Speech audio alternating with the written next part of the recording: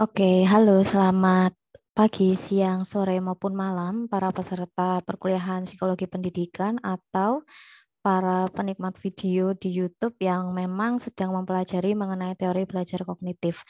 Berjumpa kembali dengan saya Dipta dan kali ini kita akan bersama-sama mempelajari sedikit bagian dari teori belajar kognitif.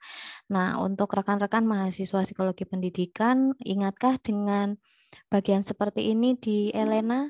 Ya, mungkin ini sesuatu yang kalian persepsikan sebagai sesuatu yang kalian butuhkan, yang menyenangkan, ataupun bahkan bisa juga hal yang menyebalkan karena harus dikerjakan dalam setiap kali pertemuan. Pada hakikatnya, refleksi ini merupakan salah satu contoh bentuk dari implementasi teori belajar kognitif di mana mahasiswa terlibat aktif dalam pembelajaran dan memaknakan informasi yang diperoleh dari suatu topik tertentu. Nah, terkait dengan teori kognitif juga, mungkin dalam keseharian kita pernah ya berinteraksi dengan orang dan kita harus mengingat kembali siapa ya nama orang itu gitu. Aduh, kamu siapa ya? Kayaknya ingat wajahnya, tapi namanya lupa. Terus teman kita bilang, masa kamu lupa gitu. Nah, uniknya otak kita itu memiliki bagian yang namanya fusiform face area yang mudah mengingat wajah seseorang, tapi tidak untuk nama, karena untuk nama sendiri tidak ada bagian yang mengatur tentang hal itu gitu. Jadi kita akan lebih mudah mengingat wajah dibandingkan nama. Gimana? Menarik? Yuk kita pelajari lebih jauh tentang pandangan teori kognitif tentang belajar. Ketika seseorang belajar, pikiran merupakan alat yang paling penting dalam pembuatan makna dari stimulus atau informasi yang kita sedang pelajari.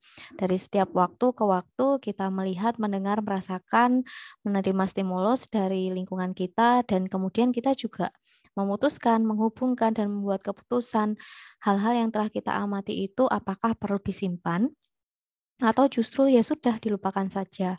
Nah, psikologi kognitif menyatakan bahwa perilaku manusia tidak ditentukan oleh stimulus yang berasal dari eksternal, berbeda dengan teori behavioristik yang sudah kita pelajari minggu lalu. Jadi, kali ini faktor yang ada dalam diri manusia itu sendirilah yang menjadi peranan pentingnya. Sehingga aktivitas belajar pada diri individu ditekankan pada proses internal dalam berpikir, yaitu proses pengolahan informasi. Nah, singkatnya pandangan tentang belajar dari teori kognitif ini adalah di mana kita menerima stimulus, tapi tidak serta-merta jumlah stimulus, bentuk stimulus itu yang kemudian menentukan perubahan perilaku kita.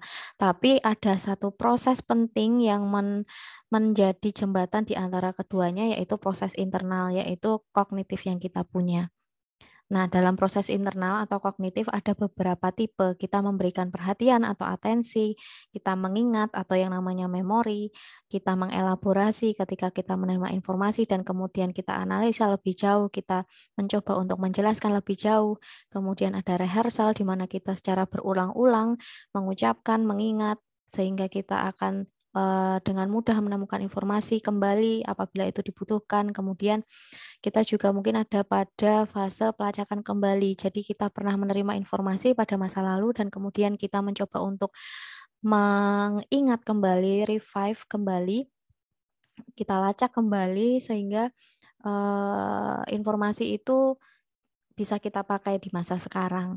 Atau kemudian ada juga pembuatan informasi yang bermakna. Nah, ini terkait dengan informasi-informasi yang dinilai em, penting begitu ya untuk dimaknakan oleh seseorang.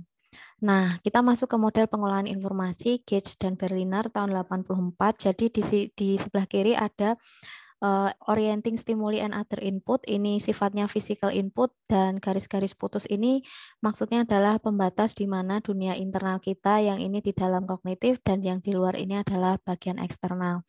Ketika kita menerima stimulus yang sifatnya fisik seperti misalnya suara, cahaya, panas, atau tekanan udara yang kemudian kita tangkap dan ditransfer ke dalam sistem penampungan penginderaan jangka pendek atau short term sensory store STSS. Nah, itu kalau kita berikan atensi itu akan masuk ke short term memory atau working memory STS atau WM. Kalau itu tidak kita atensi, ya akan mudah terlupakan begitu saja.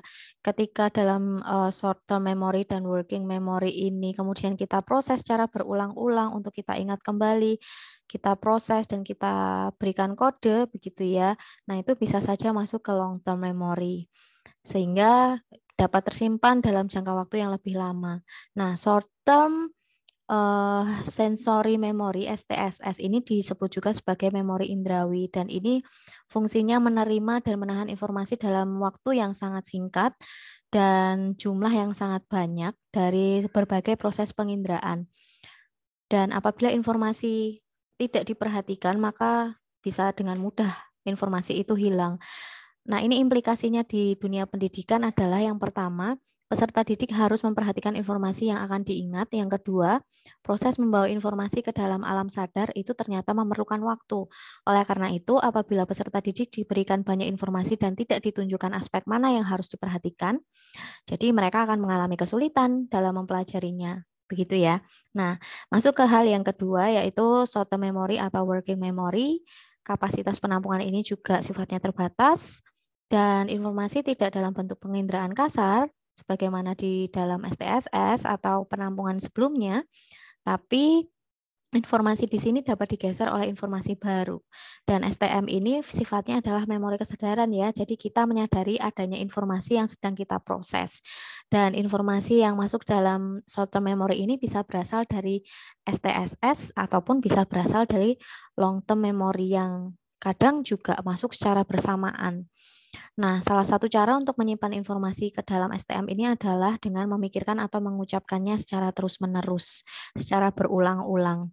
Dalam proses pembelajaran di kelas, pendidik harus memberi waktu kepada peserta didik agar memiliki kesempatan untuk melakukan yang namanya rehearsal.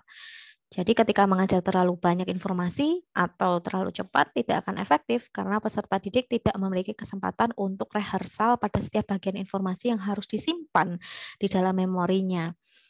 Oke, nah kita masuk ke bagian yang terakhir, long term memory. Ini bagian dari sistem memori yang memiliki proses atau periode waktu penyimpanan yang lama. Jadi memiliki kapasitas yang tidak terbatas dalam menyimpan informasi dan tidak akan hilang karena lupa. Dan walaupun informasi itu mungkin tidak dapat dilacak kembali karena gagal di dalam mencari informasi tersebut. Tidak bisa hilang ataupun terlupa sebenarnya. Dan dalam long term memory ini dibagi menjadi 3 bagian, memori episodik, memori semantik, dan memori prosedural. Memori episodik itu memori tentang pengalaman personal, yaitu semacam gambaran mental mengenai suatu yang telah kita lihat ataupun kita dengar. Jadi misalnya pas kita ingat-ingat kemarin malam makan apa, di mana, sama siapa. Nah, itu termasuk dalam memori episodik. Sedangkan memori semantik itu mengenai fakta, prinsip, keterampilan, strategi, pemecahan masalah, informasi tentang wawasan yang sudah kita pelajari, misalnya tentang informasi ini, itu merupakan bagian dari memori semantik. Sedangkan memori prosedural ini menuju pada pengetahuan tentang cara bagaimana menggunakan sesuatu, know-how, terutama pada tugas-tugas fisik. Minggu lalu di teori behavioristik saya sudah menyinggung mengenai belajar bersepeda. Nah, itu sebenarnya memakai prinsip dari memori prosedural. Contoh lainnya misalnya kalian belajar cara memakai laptop atau belajar cara mengendarai mobil. Nah, itu bagian dari long term memory. Oke, salah satu teori dari konstruktivisme ini adalah salah satu teori yang termasuk dalam teori kognitif mengatakan bahwa belajar itu lebih dari sekedar mengingat. Bahkan peserta didik itu tidak hanya mengingat, tapi juga memahami, menerapkan, memecahkan masalah, dan discovery informasi atau sesuatu untuk dirinya sendiri. Begitu. Jadi, eh, tokoh utamanya bukan pendidik, justru peserta didik itu sendiri yang harus mengkonstruksikan pengetahuan dalam memorinya. Jadi, peserta didiklah yang harus bertanggung jawab untuk menemukan informasi, bahkan memeriksa informasi baru apakah masih relevan atau tidak, apakah itu masih digunakan atau sudah dianggap tidak digunakan lagi sehingga harus dilupakan saja. Implikasi pentingnya adalah peserta didik harus terlibat aktif dalam setiap kegiatan pembelajaran. Nah, ini perlu diingat ya, dan strategi untuk belajar yang efektif ketika menggunakan prinsip dari teori kognitif ini contohnya ada 3, yaitu membuat catatan, belajar kelompok, dan metode PQ4R. ketika membuat catatan ini memang cara yang paling banyak digunakan begitu ya pada waktu belajar dari bacaan maupun mendengarkan ceramah dari guru atau dosen. Nah, ini sebenarnya membantu kita juga untuk here and now dan memilih informasi-informasi penting yang dipelajari yang itu memang harus dicatat begitu ya untuk bisa membantu kita mengingat kembali. Sedangkan mengenai belajar kelompok, nah ini kalau dari teoris kognitif itu menganggap bahwa peserta didik yang belajar kelompok itu akan belajar dan mengingat apa yang telah dipelajari itu secara lebih baik katanya dibandingkan kalau belajar sendiri. Karena ketika kita itu belajar kelompok, ada kalanya kita itu harus menyampaikan gagasan dan kita juga sekaligus menjadi pendengar dari anggota kelompok lain sehingga kita fokus dalam atau memberikan atensi dalam mempelajari suatu topik. Nah, yang terakhir adalah metode PQ4R. Jadi singkatan dari preview, question, read, reflect atau reflect, kemudian recite dan juga review.